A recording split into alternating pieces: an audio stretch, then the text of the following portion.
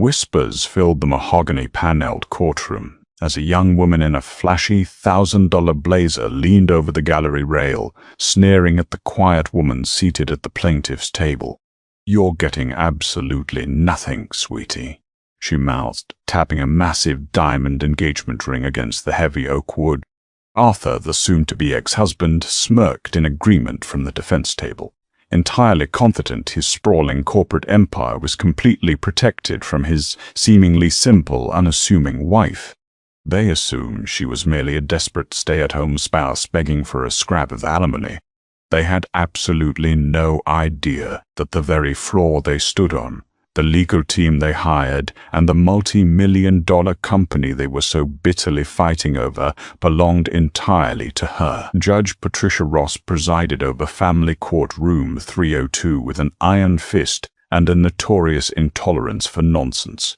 Yet even she seemed momentarily taken aback by the sheer audacity on display this Tuesday morning. The air in the courtroom was thick with the suffocating tension that only a high-stakes, high-net-worth divorce could generate. Sunlight cut through the tall, dust-moted windows at the downtown Chicago courthouse, casting long, sharp shadows across the polished wooden floors. At the defense table sat Arthur Harrington. He wore a bespoke Italian suit that cost more than a paralegal's annual salary, his posture screaming of unearned entitlement. Arthur was a man who believed his own press releases. As the CEO of Harrington Logistics, a rapidly expanding supply chain firm, he had recently been featured in several regional business magazines as a self-made visionary. His hair was perfectly styled, his jaw set in a permanent expression of smug superiority. He leaned back in his leather chair, occasionally whispering to his high-powered, aggressively expensive attorney, Thomas Waverley. Directly behind Arthur, seated in the front row of the public gallery like a spectator at a gladiator match, was Chloe Delaney. Chloe was 26, a former junior marketing executive at Arthur's firm and currently Arthur's very public, very vocal mistress. She was dressed in a vibrant crimson-tailored suit that seemed deliberately chosen to draw every eye in the room. Around her neck rested a string of South Sea pearls, and on her finger sat a 3-carat diamond ring, items that were glaringly absent from Arthur's declared financial disclosures. Chloe spent most of the morning dramatically sighing, checking her reflection in her phone screen and casting venomous, mocking glares at the woman sitting at the opposing table. That woman was Beatrice Gallagher. To the casual observer, Beatrice looked like exactly what Arthur's legal team claimed she was. A quiet, outdated relic of Arthur's humble beginnings. She wore a modest, impeccably tailored navy blue suit with zero flashy jewelry. Her dark hair was pulled back into a severe, elegant chignon. She sat with her hands folded neatly in her lap, her expression an unreadable mask of absolute calm. Beside her sat her attorney, Gregory Pearson. Unlike Waverley's bombastic, theatrical presence, Pearson was an older, soft-spoken man who looked more like a weary college professor than a ruthless divorce litigator. He had spent the first 2 hours of the hearing quietly organizing a single stack of manila folders, completely ignoring the theatrical posturing of the opposing counsel. "Your Honor," Attorney Waverley boomed, pacing the floor between the two tables, "what we have here is a classic case of financial parasitism. My client, Mr. Harrington, built Harrington Logistics from a struggling 2-truck operation into a regional powerhouse generating upwards of $40 million in annual revenue. He poured his blood, sweat, and tears into this enterprise. And where was Mrs. Harrington during this decade of relentless corporate warfare?" Waverley paused for dramatic effect, gesturing dismissively toward Beatrice. "She was at home, tending to a garden. Attending book clubs. My client was working 80-hour weeks to secure their future, while the plaintiff contributed absolutely zero equity, zero intellectual property, and zero labor to the corporate entity. Therefore, we submit that Harrington Logistics is entirely non-marital property, heavily insulated by the 2019 corporate restructuring, and should remain solely in Mr. Masher Harrington's possession We are offering a generous alimony package of $5,000 a month for 3 years and ownership of the secondary residential property in Evanston. That is more than fair." In the gallery, Chloe let out a loud, scoffing laugh, quickly covering her mouth in a faux apologetic manner as Judge Ross slammed her gavel. "Order in my courtroom or I will have the gallery cleared," Judge Ross warned, her eyes narrowing at the young woman in red. The judge then turned her stern gaze to Arthur's lawyer. "Mr. Waverly, the state of Illinois is an equitable distribution state. Your client was legally married to the plaintiff during the entire period of this company's exponential growth. You face a steep uphill battle proving she is entitled to nothing but a modest stipend. With respect, Your Honor," Waverly countered smoothly, "the 2019 restructuring drastically changed the ownership profile of the company. It transitioned from a sole proprietorship into an LLC under the umbrella of a private equity holding group. My client retains voting control and operational ownership, but the capital structure severely limits liquid asset division in a divorce scenario. Simply put, Mrs. Harrington cannot legally touch the company. It's walled off." Arthur shot a triumphant predatory grin across the aisle at Beatrice. He had spent hundreds of thousands of dollars engineering that exact corporate wall, specifically to ensure that when he eventually dumped his wife for a younger model, she wouldn't see a single dime of his success. Beatrice didn't flinch.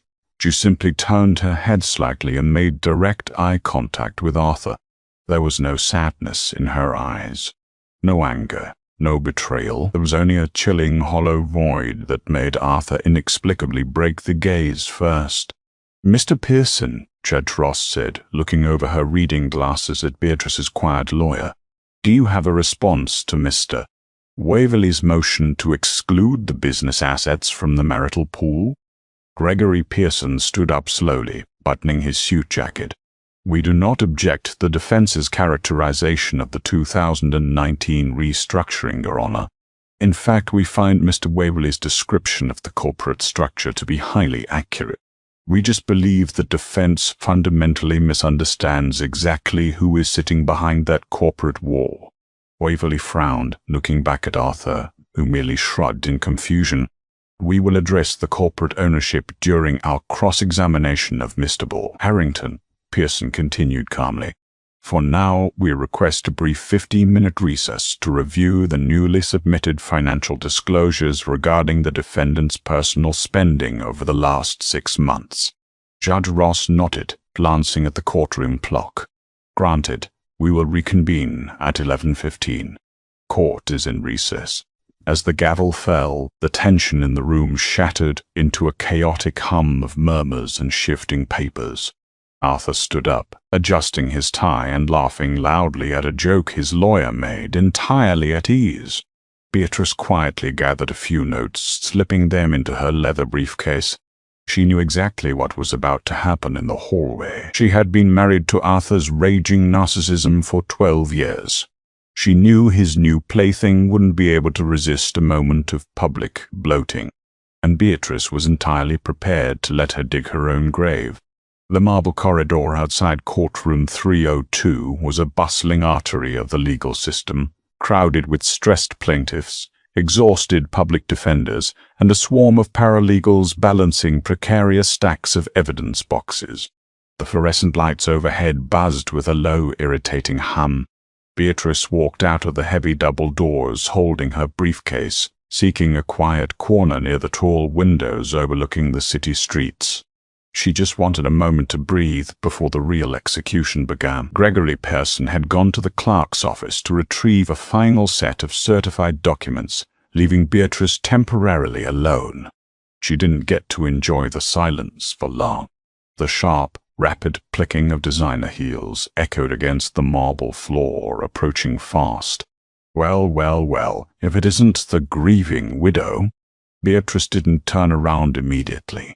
She maintained her gaze out the window, watching the tiny ant-like yellow cabs navigate the Chicago traffic below. Slowly, she pivoted to face Chloe Delaney. Chloe was standing uncomfortably close, flanked by 2 of Arthur's junior legal assistants who looked slightly embarrassed to be there. Chloe had a triumphant, malicious smirk plastered across her heavily contoured face. Up close, the overwhelming scent of expensive, heavy perfume assaulted the air.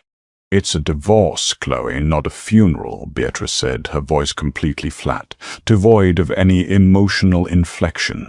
Chloe laughed, a harsh, grating sound. "Might as well be a funeral for your lifestyle, sweetie. I actually can't believe you showed up today. I told Arthur you'd just sign the papers and slink away to whatever depressing suburb you came from. But no, you actually thought you could walk in here and take half of his company. It's pathetic, really, trying to squeeze pennies out of a man when you didn't work a single day for that empire." A few bystanders in the hallway turned their heads, drawn by the rising volume of Chloe's voice. Drama in the family court hallways was common, but the sheer brazenness of a mistress cornering a wife was enough to attract an audience. "His company," Beatrice repeated softly, almost as if tasting the words. "That's right," Chloe sneered, crossing her arms and making sure the massive diamond on her left hand caught the harsh hallway lighting. "Arthur built that logistics network from the ground up while you were sitting at home watching daytime television. He's a genius, and he finally has a partner who matches his ambition. Do you know what we're doing after this court date? We're flying to St. Bart's on the company jet because we earned it." Beatrice looked down at Chloe's wrist, her eyes locking onto a gleaming, diamond-encrusted timepiece. "Are you enjoying the Cartier watch, Chloe?" Beatrice asked quietly. Chloe blinked, slightly thrown by the non sequitur. She instinctively touched the watch. "Of course I am. Arthur has incredible taste." "He does," Beatrice agreed. "But his accounting leaves something to be desired." That watch was purchased on March 14th in Paris for $42,000. It was swiped on the Harrington Logistics corporate expense card, categorized under client entertainment and retention. Chloe's smug smile faltered for a fraction of a second. "I don't know what you're talking about."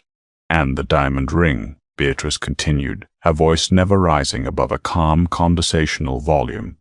Even as a small crowd of curious onlookers began to form a loose semicircle around them, "purchased 3 weeks ago from a private jeweler in Antwerp, also funneled through a corporate subsidiary, written off as an international logistics consulting fee. It's fascinating, really. You stand here bragging about your new lifestyle, completely unaware that you are currently wearing multiple counts of corporate tax fraud. You're a bitter, jealous liar," Chloe hissed, taking a step forward, her face flushing angry red. "You don't know anything about the company's finances. You've been locked out for months. Arthur told me you can't even read a basic balance sheet. What the hell is going on here?" Arthur pushed his way through the small crowd of onlookers, looking furious. He stepped between Beatrice and Chloe, glaring down at his wife. "Are you harassing her, Bear? Seriously, is this how low you've stooped?" "She was just admiring my jewelry, Artie," Chloe pouted, immediately looping her arm through Arthur's and pressing herself against his side. "She's trying to make up lies about your corporate accounts because she knows the judge is going to throw her out with nothing." Arthur sighed heavily, running a hand through his hair and looking at Beatrice with a mixture of pity and utter contempt. "Look, Bea, let's stop this embarrassing circus. Waverly is about to obliterate you in there. The company is untouchable. The 2019 restructuring locked you out completely. I have full operational control, and the holding company backing me has a legally binding, ironclad structure. You're going to leave this courthouse bankrupt, paying your lawyer's fees out of your own pocket. Take the Evanston house. Take the $5,000 a month. Sign the settlement agreement before we go back in, and I'll tell Waverly to go easy on you." Beatrice looked at the man she had spent over a decade with. She remembered the early days when he was just an ambitious dispatcher with big dreams, and she was the one staying up until 3 a.m. helping him balance his meager ledgers. She remembered the exact moment the money had changed him, turning his ambition into arrogance and his love into cold, calculating utility. He truly believed he had outsmarted her. He truly believed she was just a stepping stone he could discard. "You really don't know, do you, Arthur?" Beatrice asked, her tone carrying a strange, chilling softness. "Know what?" Arthur snapped, annoyed. "Who actually signed off on your little 2019 restructuring?" Beatrice said. Arthur rolled his eyes.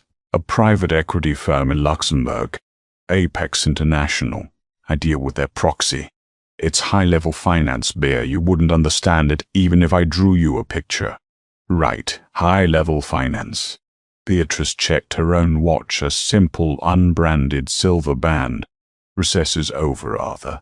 I wouldn't miss the next hour of your life for the world."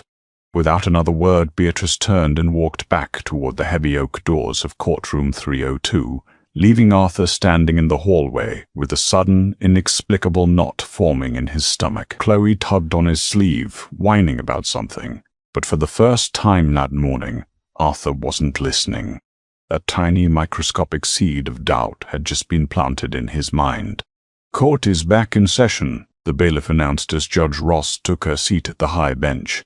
"Mr. Pearson, you may proceed with your cross-examination of the defendant." Gregory Pearson slowly walked to the center of the room. He carried a single, thick binder. He adjusted his glasses, looking up at Arthur, who had taken the witness stand. Arthur exuded confidence, though his jaw was clamped a little tighter than it had been an hour ago. In the gallery, Chloe was filing her nails, looking aggressively bored. "Mr. Harrington," Pearson began, his voice mild and polite. "Earlier today, your attorney painted a very vivid picture of your role at Harrington Logistics. He described you as a visionary, the self-made man who built this massive enterprise entirely on his own back. Is that an accurate summary of your own feelings regarding your success?" Arthur leaned into the microphone. "Yes, sir. It is. I took the risks. I worked the late nights. I secured the contracts. I built the empire." "Excellent. And you maintain that your wife Beatrice had absolutely no hand in this success?" "She provided no strategic advice, no financial backing, no operational support." "Bea was a great wife for a time," Arthur said, attempting to sound magnanimous for the judge. "She kept a nice home. But business? No. She doesn't have the head for it. She couldn't tell you the difference between gross margin and net profit." Waverley, sitting at the defense table, nodded approvingly at his client's firm, confident answers.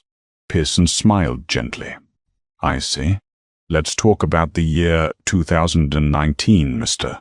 Harrington. According to the financial records subpoenaed during discovery, early 2019 was a rather difficult time for Harrington Logistics, wasn't it?" Arthur shifted slightly in his chair. "Every growing company faces cash flow bottlenecks." "A bottleneck?" Pearson opened his binder.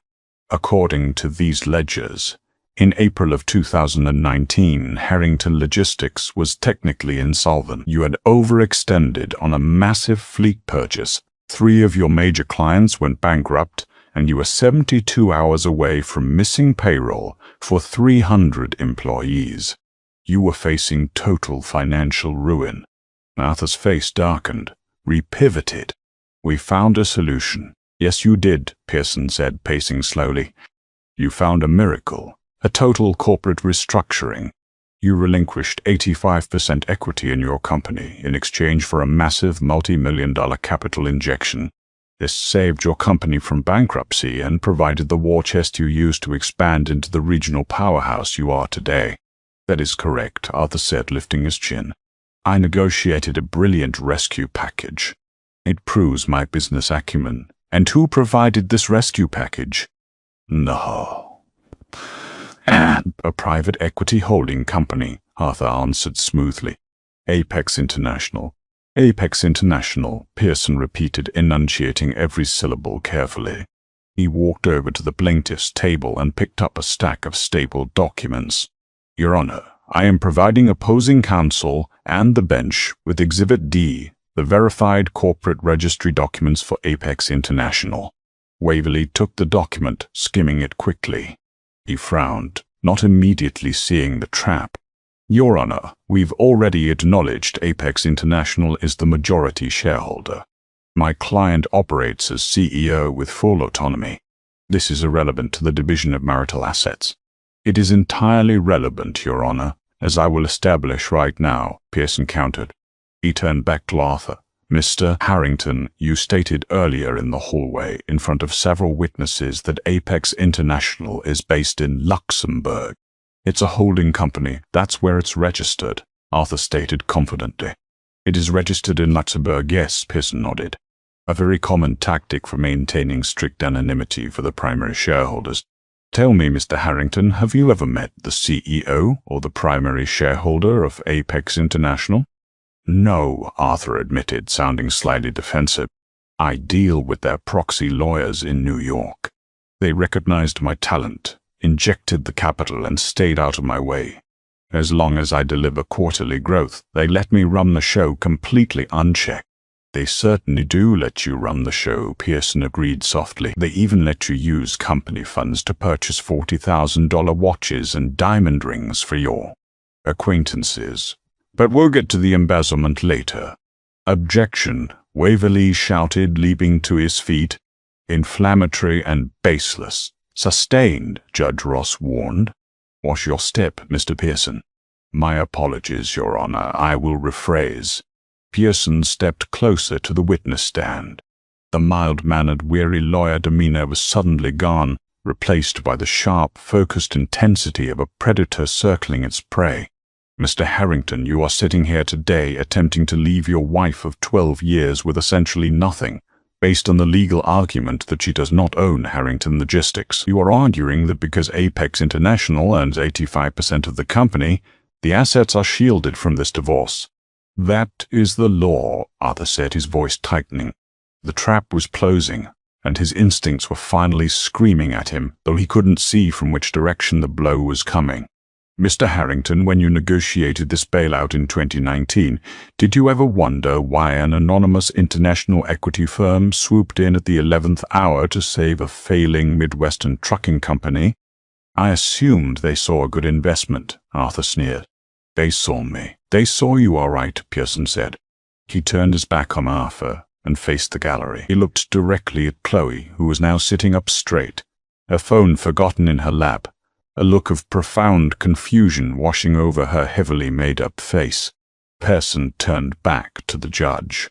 Your Honor, I direct your attention to page 4 of Exhibit D, the unsealed, unredacted articles of incorporation for Apex International, obtained via an international subpoena regarding marital asset discovery. Waverley frantically flipped to page 4 of his copy. His eyes scanned the dense legal text. Suddenly the color drained completely from Waverley's face. He looked like a man who had just stepped on a landmine and heard the click. He stared at the paper, then slowly looked over at Beatrice Gallagher, who sat with perfect, terrifying posture. Mr. Waverley, Judge Ross asked, noticing the defense attorney's sudden paralysis. Is there a problem? Waverley swallowed hard, his mouth suddenly dry. Your Honor, we request a recess. Denied, Judge Ross snapped. We just had a recess. Mr. Pearson, ask your question. Pearson leaned both hands on the wooden rail of the witness stand, bringing his face inches from Arthur's. Mr. Harrington, Pearson said, his voice ringing loud and clear across the dead-silent courtroom, can you please read aloud the name of the sole proprietor and 100% controlling shareholder of Apex International, the company that owns the very desk you sit at, the jet you fly in, and the empire you claim to have built alone? Arthur looked at Pearson, his heart hammering against his ribs. His hands trembled slightly as he picked up the document Pearson slid across the wood. His eyes dropped to the highlighted section on page 4. He stared at the words. He read them once, twice, a third time. The air in Arthur's lungs vanished. The arrogant, smug CEO persona shattered into a million pieces in a fraction of a second. A cold, suffocating terror gripped his throat. He looked up, his eyes wide, terrified, darting across the room to lock onto his wife. Beatrice looked back at him. She didn't smile. She just watched him drown. Read it, Mr. Harrington, Pearson commanded, the authority in his voice absolute. Arthur's mouth opened, but no sound came out. He looked like he was going to be sick. "If the witness refuses," Pearson said to the judge, "I will read it into the record." Pearson didn't even look at the paper. He had it memorized. The sole controlling shareholder of Apex International, holding an 85% supermajority stake in Harrington Logistics, is Beatrice Gallagher. The silence in the courtroom was so profound, so absolute, that the ticking of the wall clock sounded like hammer strikes. In the gallery, Chloe Delaney dropped her designer handbag. It hit the wooden floor with a heavy, unceremonious thud. For a full 60 seconds, nobody moved. The revelation hung in the sterile, air-conditioned atmosphere of courtroom 302 like a live grenade that had just clattered onto the hardwood floor. Arthur Harrington stared at the paper in his trembling hands, as if the printed ink were rearranging itself into a foreign language. His perfectly tanned face had gone a sickly ashen gray. He looked frantically from the document to his lawyer, Thomas Waverley, whose usual bombastic courtroom presence had completely evaporated. Waverley was furiously clicking his pen, his eyes darting across his own copy of the Apex International Registry, searching desperately for a loophole, a typo, a clerical error, anything to prove this was a spectacular bluff. "Your Honor," Waverley finally stammered, his voice cracking slightly. He cleared his throat and tried again, aiming for his usual booming authority but falling pathetically short. "Your Honor, this is an ambush. This document, if it is indeed authentic, it represents a gross concealment of marital assets by the plaintiff. It is a textbook case of financial infidelity." There. Judge Patricia Ross leaned forward, resting her chin on her steepled hands. Her stern expression remained unchanged, but there was a distinct, dangerous spark in her eyes. "Careful, Mr. Waverley. You spent the first 2 hours of this hearing aggressively arguing that this exact holding company was an untouchable, non-marital entity. You cannot suddenly claim it is a marital asset simply because you just discovered your client doesn't own it. But she orchestrated a shadow buyout behind his back." Arthur shouted, suddenly finding his voice. He slammed his fist down on the witness stand, his composure shattering entirely. He pointed a shaking finger at Beatrice, who remained seated with the serene, unbothered posture of a queen surveying a conquered province. "She manipulated me. She stole my life's work. Sit down and lower your voice, Mr. Harrington, or I will hold you in contempt," Judge Ross warned sharply. The gavel remained on the block, but her tone was a weapon in itself. She turned her attention to the plaintiff's table. "Mr. Pearson. Mr. Pearson, the defense raises a valid procedural question despite their theatrical delivery. How exactly did Mrs. Harrington acquire an international private equity firm without her husband's knowledge, and with what funds?" Gregory Pearson adjusted his glasses, completely unruffled by Arthur's outburst. "It is quite simple, Your Honor, and entirely legal. As documented in the secondary folder I provided to the clerk, my client, Beatrice Gallagher, comes from a rather well-established family in Boston. Her late grandfather, Harrison Gallagher, left her a substantial, irrevocable trust upon his passing in 2014. These funds were strictly non-marital, held in an isolated account that Mr. quote, Harrington never had access to, nor did he ever inquire about, as he was quite convinced his wife was, to use his own words, financially illiterate. Arthur slumped back in his chair, his mind spinning furiously. He remembered the grandfather's funeral, or he remembered Beatrice inheriting a little nest egg, which he had dismissively told her to put into low-yield bonds because she wouldn't know how to manage real investments. He had never once asked for the exact figure. In April of 2019, Pearson continued, pacing a slow, deliberate circle in front of the bench. Mr. Harrington's company was facing imminent collapse. He had been rejected by 4 domestic banks for emergency loans. Desperate, he reached out to international brokers. My client, observing her husband's profound distress, and having recently discovered some deeply troubling personal transgressions of his, which we will address, shortly decided to intervene. However, knowing his sensitive ego, she did so anonymously. She formed Apex International using her non-marital trust funds, Pearson explained, gesturing to the heavy binders on his desk. She hired a proxy legal team in New York to negotiate the buyout. She injected $6 million of her own personal non-marital capital to save Harrington Logistics from bankruptcy. In exchange, as Mr. Harrington eagerly agreed to and signed, Apex International assumed an 85% supermajority ownership. Beatrice finally spoke. Her voice was soft, melodic, and ruthlessly cold. It carried across the silent room effortlessly. "You were so desperate to save face, Arthur," Beatrice said, looking directly into his terrified eyes. "You were willing to sign away the kingdom just to keep wearing the crown. You never even bothered to look behind the curtain to see who was handing you the money. You—" Arthur gasped, clutching the edges of the witness stand. "You've been my boss for 5 years.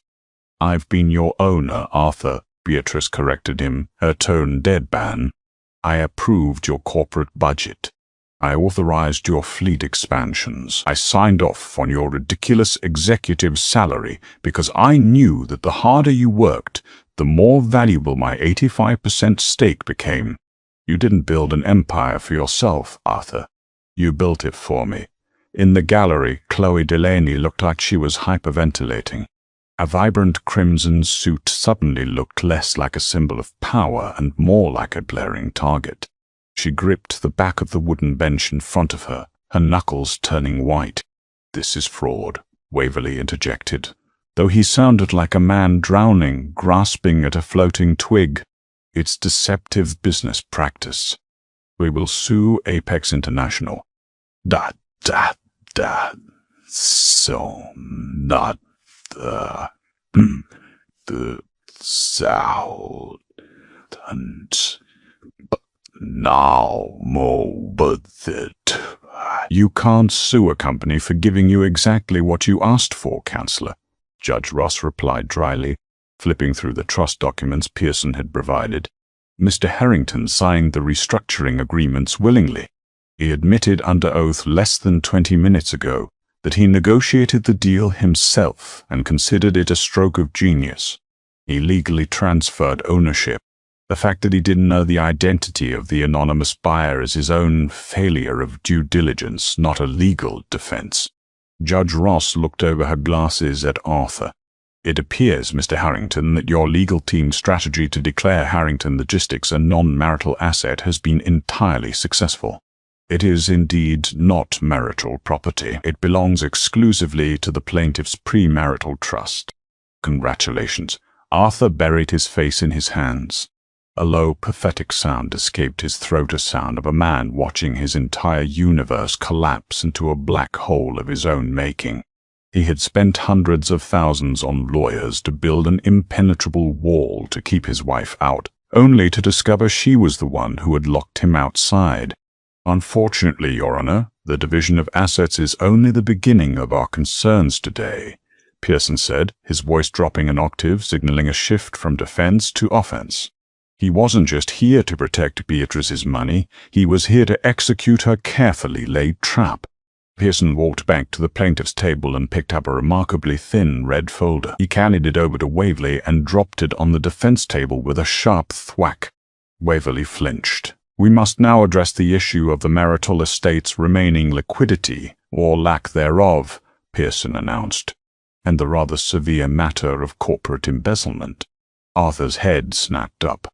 "Embezzlement? What the hell are you talking about?" "I am talking about the Cartier watch currently residing on the wrist of your mistress in the gallery," Pearson stated smoothly, not even turning around to look at Chloe. "I am talking about the 3-carat Antwerp diamond on her finger. I am talking about the private jet charters to Aspen, the luxury hotel suites in Miami, and the 5-star dinners over the past 18 months. Those were business expenses," Arthur yelled, panic making his voice shrill. "Client retention, networking. I am the CEO." "You were the CEO," Beatrice corrected him quietly. Arthur froze. "What?" Pearson opened the red folder. Your Honor, as established, Apex International holds an 85% voting majority over Harrington Logistics. Therefore, Apex International has the unilateral authority to convene a board meeting and restructure executive leadership at any time, without notice to the minority shareholder. Where are you going with this, Mr. Pearson? Judge Ross asked, leaning in, clearly fascinated by the absolute legal slaughter unfolding in her courtroom. At 8 a.m. this morning, prior to the commencement of this hearing, the sole proprietor of Apex International, Mrs. Beatrice Gallagher, convened a board meeting, Pearson explained, handing a single sheet of paper to the bailiff to pass to the judge. During this meeting, a motion was passed to terminate Arthur Harrington from his position as Chief Executive Officer of Harrington Logistics, effective immediately. The grounds for termination are gross financial misconduct, breach of fiduciary duty, and the unauthorized misappropriation of corporate funds for personal illicit affairs. Arthur looked like he had been physically struck. You can't do that. You can't fire me from my own company. She can, and she did, Judge Ross said, reviewing the document. This termination letter is legally binding. Your proxy agreement clearly states the majority shareholder retains the right to terminate executive officers with cause. But wait. The embezzlement, Waverley interjected, trying desperately to save his client from prison, if not bankruptcy. If those items were purchased with company funds and my client is no longer the CEO. Exactly, Mr. Waverley, Pearson smiled, a cold, predatory grimace. Mr. Harrington used the Harrington Logistics corporate accounts to fund his extramarital lifestyle to the tune of approximately $420,000 over the last 2 years. Because those funds belong to the corporate entity, an entity owned by my client, Mr. Harrington essentially stole nearly $500,000 from his wife's private equity firm. Now, that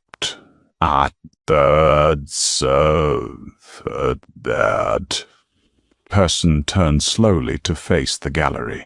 His eyes locked onto Chloe Delaney. Chloe practically shrank into the heavy wooden bench. The triumphant sneer she had worn in the hallway was entirely gone, replaced by the wide-eyed terror of a deer caught in the headlights of a speeding freight train. Miss Delaney, Pearson addressed her, his voice echoing in the silent room. Are you aware that the receipt of stolen corporate assets makes you an accessory to financial fraud?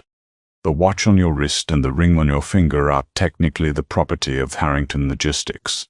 I suggest you remove them immediately and hand them to the bailiff, unless you wish for me to file a police report for possession of stolen property before you leave this building. Chloe let out a strangled gasp. She looked at Arthur, desperate for him to intervene, to scream at the lawyer, to fix it. But Arthur was completely broken.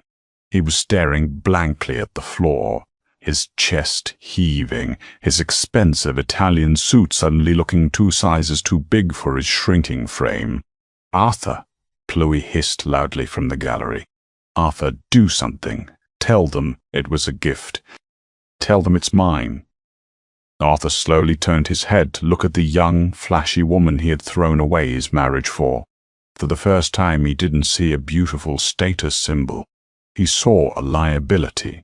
He saw the very reason he was currently sitting in a courtroom, stripped of his title, his company, and his wealth. Take them off, Chloe, Arthur whispered, his voice completely defeated. What? Not, Chloe shrieked, entirely abandoning any pretense of courtroom decorum. Are you kidding me? You promised me these. You told me you were a millionaire. What? Bailiff, Judge Ross commanded, a voice cracking like a whip. If the young woman in the gallery does not surrender the corporate property immediately, detain her. The heavy-set, uniformed bailiff began walking purposefully down the aisle toward Chloe. Panic entirely consumed her. With trembling, frantic hands, Chloe unclasped the heavy Cartier watch, nearly dropping it on the floor. She aggressively yanked the diamond ring off her finger, her chest heaving with humiliated sobs. When the bailiff reached her row, Chloe shoved the jewelry into his waiting hand. She didn't look at Arthur again. She grabbed her designer handbag, which Beatrice knew was also purchased on the company card. though she decided to let the girl keep a souvenir of her ruin and practically sprinted out of the courtroom. The heavy oak doors slammed shut behind her, echoing with a hollow finality. Arthur watched her go. The mistress who had mocked his wife in the hallway not an hour ago had abandoned him the second the money vanished. "Now, Mal," Pearson said, bringing the room's attention back to the slaughter at the defense table. With Mr. Harrington's primary source of income terminated, and a standing corporate debt of $420,000 owed to Apex International for the misappropriated funds, we must address the remaining marital assets. "What assets?" Arthur croaked, his voice barely audible. "You took the company. You took my job. What else is there?" Beatrice calmly opened her own leather portfolio. She extracted a single photograph and slid it across the table toward her lawyer. Pearson picked it up and handed it to Arthur. It was a picture of the sprawling, luxurious secondary property in Evanston, the very house Arthur's lawyer had generously offered Beatrice as a settlement at the beginning of the hearing. The Evanston property, Pearson stated, valued at roughly $2.4 million. A beautiful home. Mr. Waverly suggested my client take ownership of it. "We'd gladly accept." "Fine," Arthur spat bitterly, staring at the photo. "Take the damn house. Take it all. I'll take my liquid savings and start over. I built one company. I can build another." "I am afraid there is a slight complication with the Evanston property, Mr. Kerr." "Harrington," Pearson said, feigning an apologetic tone, "when you purchased the home 3 years ago, you didn't want your name on the public deed for tax purposes. You bought it through a subsidiary shell company." Arthur's eyes widened, a fresh wave of horror washing over him as he realized exactly where this was going. "You routed the purchase through a subsidiary called Horizon Holdings," Pearson confirmed, delivering the final fatal blow. Horizon Holdings is a direct, wholly owned subsidiary of Harrington Logistics. "Which means, Mr. Harrington, the house doesn't belong to the marital estate either. It belongs to the company. It belongs to Mrs. Gallagher." Waverly dropped his pen. He slowly closed his briefcase. He was a man who charged $1,000 an hour, and he knew a lost cause when he saw one. He wasn't just losing, he was participating in an execution. "So," Pearson summarized, turning back to the judge, "Mr. Harrington has no equity in the business. He has no salary, as he has been terminated with cause. He has no claim to the primary marital or secondary residential properties. Furthermore, to satisfy the debt of the embezzled corporate funds, we're petitioning the court to seize his personal checking and savings accounts, which contain roughly $300,000, leaving a remaining balance of $120,000 that Mr. Harrington will owe my client in restitution." "I doubt." Judge Ross looked from Pearson to the utterly decimated man sitting at the defense table. She had presided over thousands of divorces in her career, but she had never seen a legal trap sprung with such flawless, terrifying precision. "Mr. Waverly," Judge Ross asked, her tone almost gentle out of pure shock, "does the defense have any counter-motions?" "Anything at all?" Thomas Waverly looked at Arthur Harrington, who was currently staring blankly into space, his jaw slack, his breathing shallow. The self-made visionary had been reduced to an empty suit. "No, Your Honor," Waverly said quietly. "The defense has nothing." Judge Patricia Ross adjusted her reading glasses, looking down at the stack of documents Gregory Pearson had neatly arranged before her. The silence in courtroom 302 was no longer just tense. It was the heavy, suffocating quiet of the graveyard. Arthur Harrington sat motionless at the defense table, his eyes hollow, staring at a microscopic scratch on the oak surface as if it held the answers to his shattered universe. "Let me ensure I have the timeline and the corporate structure perfectly clear, Counselor," Judge Ross said, breaking the silence. Her voice was clinical, devoid of any sympathy for the man who had walked in expecting a coronation and was now facing a financial firing squad. "Your client, Mrs. Gallagher, through Apex International, owns Harrington Logistics outright. Mr. Harrington has been terminated for gross financial misconduct. He owes the holding company $420,000 in embezzled funds, which will be partially satisfied by liquidating his personal account. That is correct, Your Honor, Pearson affirmed, standing with his hands clasped behind his back. Wait, Arthur croaked. His voice was a raspy, desperate whisper. He looked up at his lawyer, Thomas Waverley, who was already discreetly snapping the latches of his expensive Italian leather briefcase closed. Tom, do something. I can't leave here with negative $120,000. I have to live. I have to rebuild. Waverley sighed, a heavy, exhausted sound. Arthur, there is no legal defense against a paper trail you signed yourself. You gave Apex complete control. You used corporate funds to buy luxury jewelry for a woman who wasn't your wife. It's over. Arthur's eyes darted wildly. He swallowed hard, trying to piece together a survival strategy. Fine, fine, fine. I don't need the money. I know the logistics industry better than anyone in the Midwest. I'll call Gordon at Kensington Freight. I'll be a vice president by Monday. I'll start over and crush Harrington Logistics from the outside. A rare, almost imperceptible smile touched the corners of Beatrice's mouth. She didn't look at Arthur. She simply nodded at her attorney. Your Honor, Pearson interrupted smoothly. We must address one final matter regarding Mr. Bister. Harrington's employment contract, specifically the severance clauses and the restrictive covenanters he signed when Apex International purchased the controlling stake in 2019. Arthur froze. The blood that had just begun to rush back to his face drained away in an instant. Pearson opened a manila folder. When Mr. Harrington negotiated his own CEO contract with Apex International, a contract he bragged about writing himself, to ensure he had total executive authority, he included a remarkably strict non-compete clause. To reassure his anonymous investors of his loyalty, he stipulated that should he ever be terminated with cause, he would be legally barred from working in the supply chain, logistics, or freight industry in any capacity within the United States for a period of 5 years. Lobbed shut my thumb. Judge Ross raised an eyebrow, scanning the highlighted page Pearson handed to the bailiff. A 5-year blanket non-compete? That is incredibly aggressive, Mr. Harrington, but as you drafted it yourself to appease your holding company, it is legally binding. He can't enforce that. Arthur shouted, leaping to his feet, his chair screeching violently against the floor. That's my livelihood.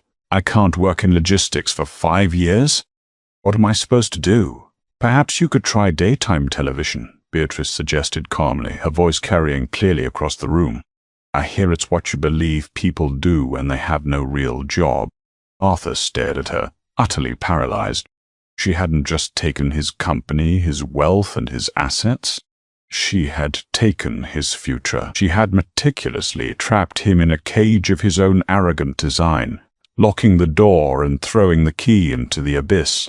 He had built the ultimate corporate trap to leave her penniless, never realizing he was the one standing on the trapdoor. The court finds the plaintiff's documentation to be in perfect order, Judge Ross declared, picking up her gavel. The murder was the first thing she truly noticed. The assets will be divided as outlined by the plaintiff's counsel, honoring the corporate structure Mr. Harrington willingly established. Mr. Harrington, you are ordered to vacate the Evanston property within 48 hours, and your personal accounts will be frozen effective immediately pending restitution transfers. The sharp crack of the gavel echoed like a gunshot. We are adjourned. As the courtroom slowly emptied, Arthur remained standing by the defense table, completely alone. Waverley had muttered a brief professional farewell and vanished. Beatrice gathered her coat, slipped her silver watch over her wrist, and walked out the double doors without giving the man she had spent 12 years with a single backward glance. 1 week later, the brisk Chicago wind whipped through the downtown financial district. At the towering Blast & Steel headquarters of Harrington Logistics, The atmosphere was a mix of quiet terror and electric anticipation. Whispers had ripped through the corporate floors over the weekend. The CEO had been unceremoniously fired. The company was under new management.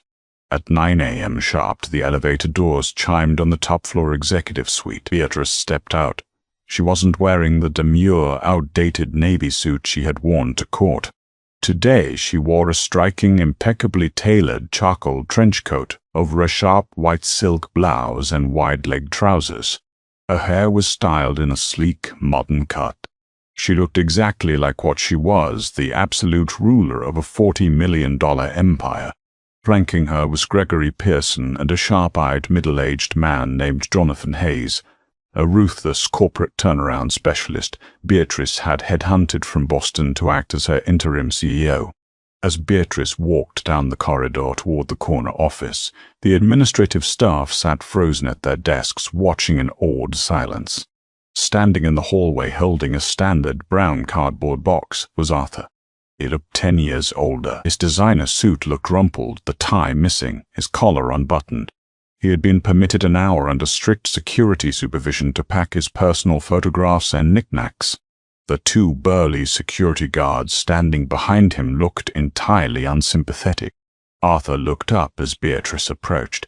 The sheer power radiating from her was something he had never recognized, simply because he had never bothered to look for it. "Bay," he whispered as she stopped a few feet away from him. His voice was broken, stripped of all its former bravado. "Please, I had nothing. Chloe blocked my number. The bank froze my remaining credit cards to cover your restitution order. I'm moving into a studio apartment in Gary. You won. You destroyed me. Can't you just release me from the non-compete? Just let me get a job." Beatrice looked at the cardboard box in his hands. It contained a few golf trophies, a framed magazine cover featuring his face, and a personalized gold pen. The sum total of his legacy. "I didn't destroy you, Arthur," Beatrice said, her tone conversational, completely devoid of malice or pity. "You destroyed yourself. I just stopped funding your illusions." She stepped past him, placing her hand on the heavy glass door of the corner office. She paused, looking back over her shoulder. "Oh, and Arthur, by the end of the week, the signage on the building will be changing. We're rebranding to Gallagher Global. I'd appreciate it if you didn't lighter on the property. Security has a job to do." Beatrice pushed the door open and walked into her office, Jonathan Hayes following closely behind her. The heavy glass door swung shut, clicking securely into place. Arthur stood in the hallway for a long moment, the cardboard box heavy in his arms. He looked at the frosted glass of the executive suite, realizing he was entirely locked out of the world he thought he owned.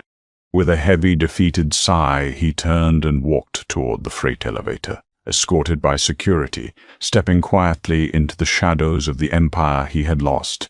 If you loved seeing Beatrice serve the ultimate calculated justice to an arrogant ex-husband and his flashy mistress, smash that like button right now. There is nothing more satisfying than watching a brilliant woman reclaim her power and turn a narcissist's own trap against him. What was your favorite moment of Beatrice's master plan? Was it the Rolex reveal in the hallway, or the brutal drop of the non-compete clause in the courtroom? Let us know down in the comments below. But don't forget to share this story with anyone who loves high-stakes drama and perfect karma. And if you want to hear more incredible stories of revenge, legal takedowns, and shocking twists, make sure you subscribe to the channel and ring that notification bell so you never miss an upload.